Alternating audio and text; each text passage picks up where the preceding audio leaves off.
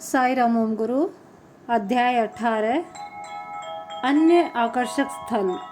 व्यास गुफा। 2 दिनों के पश्चात ओम गुरु और उनका दल बद्रीनाथ से लगभग 3 किलोमीटर दूर माणा गांव गए।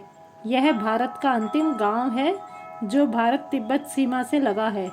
माणा गांव में महाभारत के रचयिता महर्षि वेदव्यास तथा विघ्नेश्वर प्रभु गणेश की गुफाएं हैं।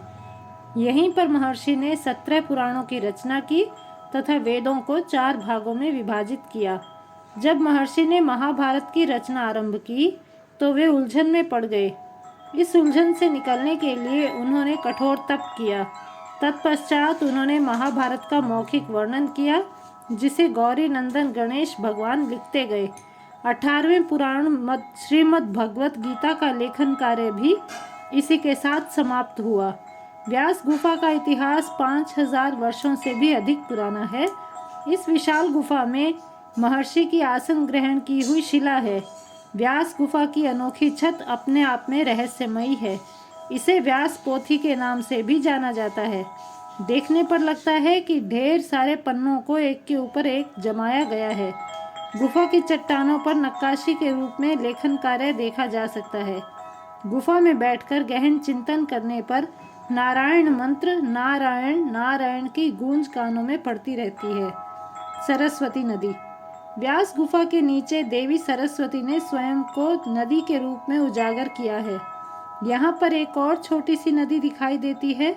वास्तव में यह नदी नहीं, मानसरोवर झील का जल है जो बहते बहते यहाँ तक पहुँचकर सरस्वती नदी में मिल जाता है।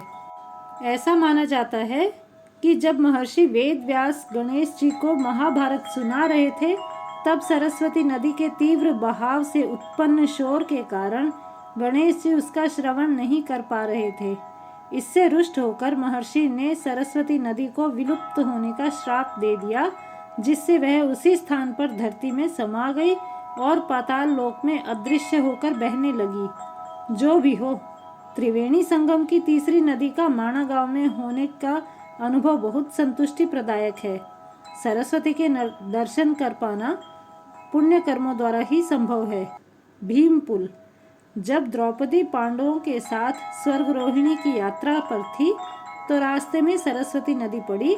द्रौपदी द्वारा नदी पार करना कठिन जान महाबली भीमसेन ने तुरंत एक बड़ी शिला को नदी पर डालकर पुल की रचना कर दी, जिससे द्रौपदी ने सुगमता से नदी पार कर ली।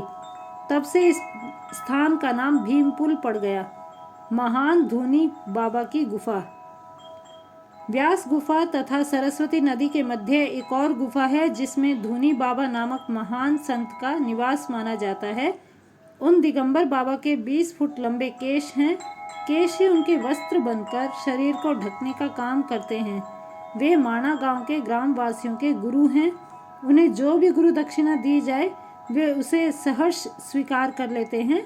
वे 6 मास तक बद्रीनाथ में रहते हैं तथा कपाट बंद होने की स्थिति में 6 मास चमोली नगर में निवास करते हैं। चमोली में वे मौन व्रत धारण किए रहते हैं, जबकि बद्रीनाथ में सबसे बड़ी विनम्रता से बात करते हैं। उन महात्मा जी से भेंट कर पाना सौभाग्यपूर्ण अवसर माना जाता है। वसुधारा झरना। धूनी बाबा की गुफा से आगे बढ़ने पर वसुधारा झरना आता है। यह बद्रीनाथ से 12 किलोमीटर की दूरी पर है। आरंभ के 3 किलोमीटर अर्थात माणा गांव तक कार से जा सकते हैं, किंतु आगे के 9 किलोमीटर की यात्रा पैदल ही करनी पड़ती है। वसुधारा झरने की धारा लगभग 400 फुट की ऊंचाई से गिरती मोतियों के समान प्रतीत होती है। यह झरना इतना ऊंचा है कि पर्वत के मूल से शिखर तक एक दृष्टि में देखा ही नहीं जा सकता। झरने के आसपास का स्थान बर्फ से ढका होने के कारण पैदल चलने में कठिनाई होती है। वसुधारा के जल को भी लोग गंगा जल के समान अपने घर में सहेज कर रखते हैं। इस झरने की विशेषता है कि अपवित्र विचार रखने पर स्नान के लिए खड़े व्यक्ति से जलधारा इतनी दूर हो जाती है कि जल की एक बूंद भी उसके शरीर को स्पर्श नहीं कर पाती।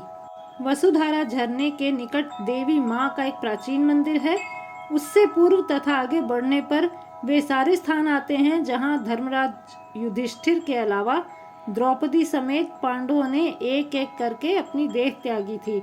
इसके पश्चात स्वर्ग रोहिणी स्वागत के लिए प्रतीक्षारत रहती है। ओम गुरु अपनी छठी हिमालय यात्रा के दौरान सतोपंथ झील गए। वे हर हाल में इस झील के दर्शन करना चाहते थे, इसलिए उन्होंने रास्ते में आने वाली कठिनाइयों व चुनौतियों को सहर्ष स्वीकार कर लिया। सतोपंथ झील से पूर्व सहस्रधारा, चक्रधारा, लक्ष्मीवन, भीमगढ़ आदि स्थल भी यही हैं। प्रत्येक स्थान पर भिन्न भिन्न प्रकार की कथाएं देखी तथा सुनी जा सकती हैं। यहाँ पर हिमनद सामान्य से अधिक व ऑक्सीजन का स्तर सामान्य से कम है। श्वसन में कठिनाई के कारण इन स्थानों पर भ्रमण जोखिम भरा होता है। बर्फ से इस प्रकार ढके स्थानों में कहीं महाअवतार बाबा जी अपने 7 अनुयायियों के साथ रहते हैं। जो व्यक्ति पूर्ण श्रद्धा भक्ति से वहां जाता है, बाबा जी अलग अलग रूपों में प्रकट होकर उसका मार्गदर्शन करते हैं तथा आशीर्वाद देते हैं। ओम गुरु व उनके साथियों को भी महाअवतार बाबा जी के आशीर्वाद का परम सौभाग्य प्राप्त हुआ। बद्रीनाथ में आश्रम। एक समय था जब बद्रीनाथ में नाम मात्र के आश्रम थे, परंतु अब वहाँ अनेक आश्रम हैं जो साधु संतों के सेवार्थ सदैव तत्पर रहते हैं। इन आश्रमों को श्रृंखला रूप देने में सबसे बड़ा योगदान महान कमली बाबा का है। काली कमली बाबा पश्चिम बंगाल से हैं। काली कमली बाबा साधु सन्यासियों के भोजन की अपर्याप्त व्यवस्था को लेकर चिंतित थे। उनके रहने के लिए आरामदायक स्थान की व्यवस्था भी नहीं थी, इसलिए उन्होंने बद्रीनाथ में काली कमली ट्रस्ट की स्थापना की। अनेक शाखाओं के साथ काली कमली बाबा ने कई आश्रम खोले। इन आश्रमों में साधुओं को निःशुल्क पौष्टिक भोजन करवाया जाता है। काली कमली ट्रस्ट का अनुसरण करते हुए बद्रीनाथ में और भी कई आश्रम खोले गए, जैसे हनुमान आश्रम, डालमिया आश्रम आदि। डालमिया आश्रम डालमिया कंपनी द्वारा खोला गया। यहाँ स्वादिष्ट दाल व रोटी परोसी जाती है। भारत सेवा आश्रम एक बंगाली तंत्र योगी द्वारा खोला गया है। चिन्नजीयर स्वामी ने अष्टाक्षरी धाम नामक आश्रम खोला। भारत सेवा आश्रम की स्थापना विशेषकर बंगाली भक्तों के लिए, जबकि अष्टाक्षरी धाम आश्रम की स्थापना विशेषकर आंध्रा भक्तों के लिए की गई है। इन आश्रमों में रहने तथा भोजन की निःशुल्क सुविधा उपलब्ध है। ऐसे ही बद्रीनाथ में और भी बहुत सारे आश्रमों की लंबी सूची है।